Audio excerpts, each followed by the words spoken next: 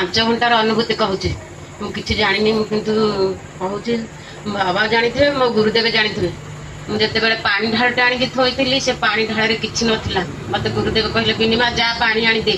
मु पानी आणुची पानी गलीगला कहली गुरुदेव कण ढालटा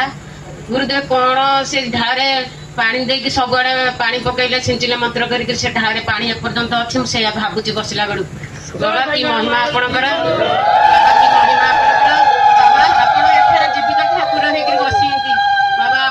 निंदा कर प्रतिफल पाऊँ बाबा